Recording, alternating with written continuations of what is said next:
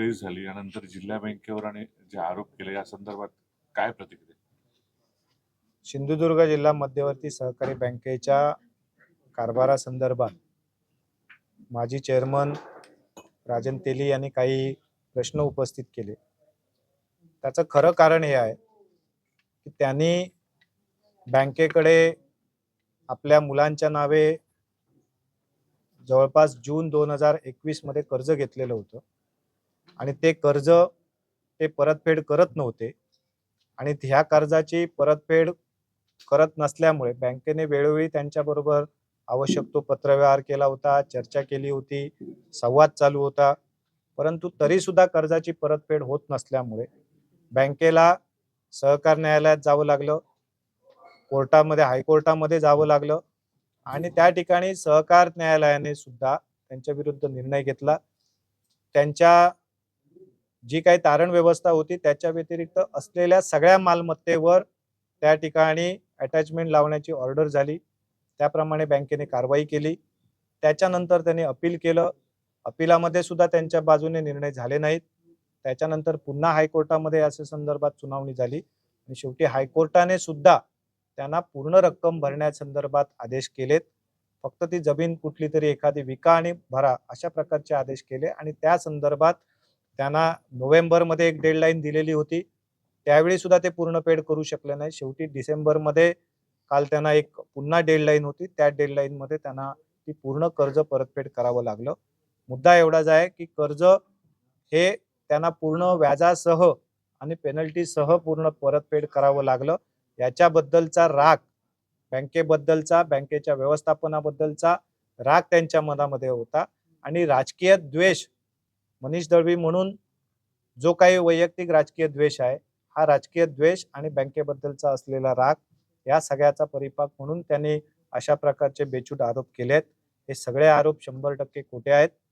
बँकेचं नेतृत्व हे आणि मार्गदर्शन हे आदरणीय नारायणराव राणे साहेब हे मागची 17 वर्ष करतायत आणि त्यांच्याच नेतृत्वाखाली बँक आज प्रगतीपथावर आहे.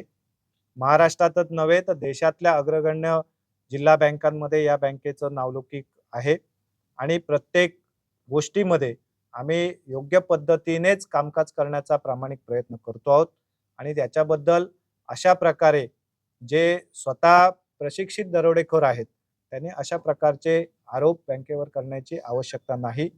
जे काही आरोप प्रत्यारोप चुकीचे करण्याचा प्रयत्न केलाय त्याच्या संदर्भातली सगळी कायदेशीर कारवाई ही आम्ही निश्चितपणे या पुढच्या काळामध्ये करू.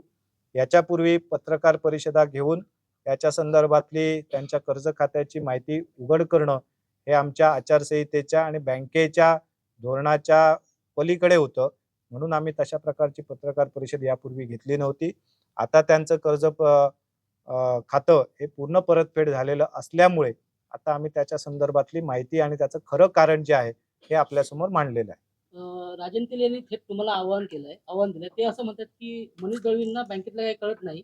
मी जे आरोप केले ते जर खोटे असतील तर त्यांनी ते सिद्ध करावे असं त्यांनी म्हटलं. मला वाटतं त्यांना जर मनीष दळवीला काही कळलं नसतं तर मनीष दळवी बँकेमध्ये 4 वर्ष चेअरमन नसते.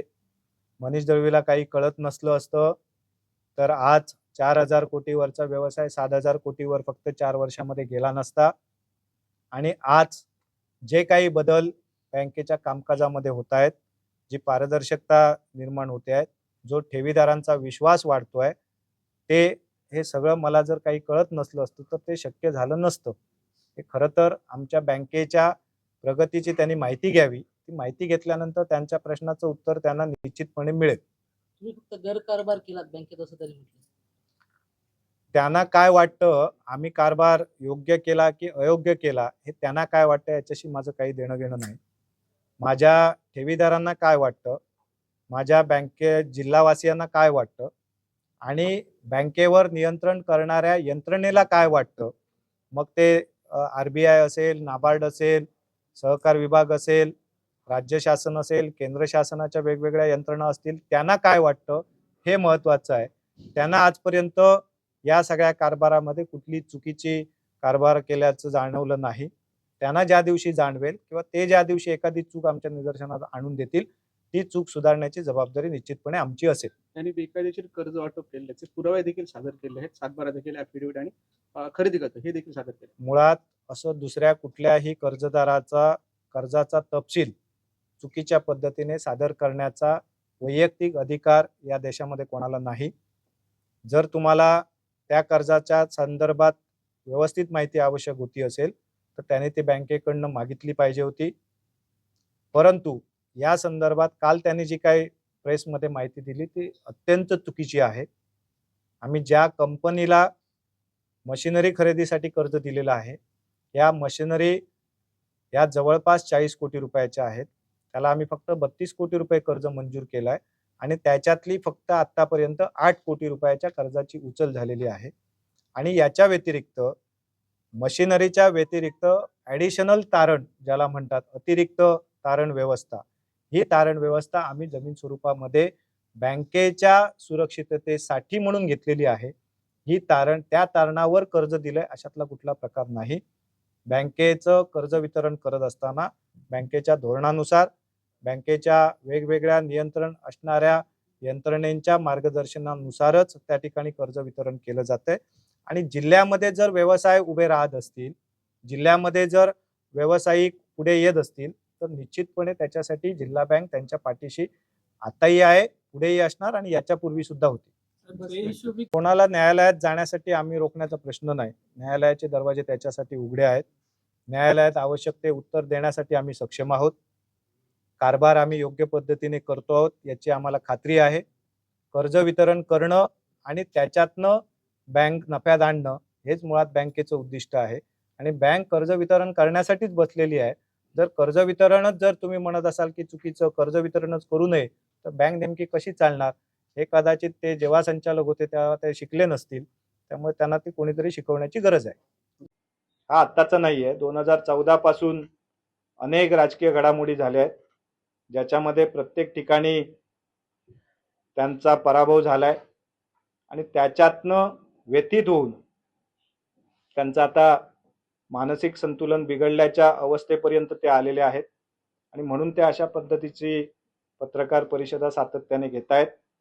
या माध्यमातनं माझी त्यांना विनंती राहील की बँकेला आणि जिल्ह्याला या ठिकाणी आपल्या वादामध्ये ओढण्याची गरज नाही.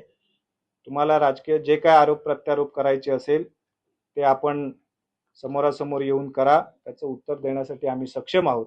जे काही आम्ही कर्ज वितरण करतो आहोत ते विनाव्याज कोणाला देत नाहीत.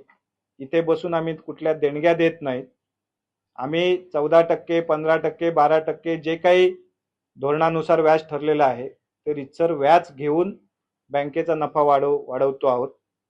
आजपर्यंत जे काही कर्ज दिली आहेत ती कुठलीही थकबाकी नाहीत. ती योग्य पद्धतीने योग्य वेळेत वसूल होत आहेत आणि थकबाकी जो कोणी थकबाकीदार असेल त्याच्यावर आम्ही आवश्यक ती कायदेशीर कारवाई योग्य पद्धतीने करतो आहोत.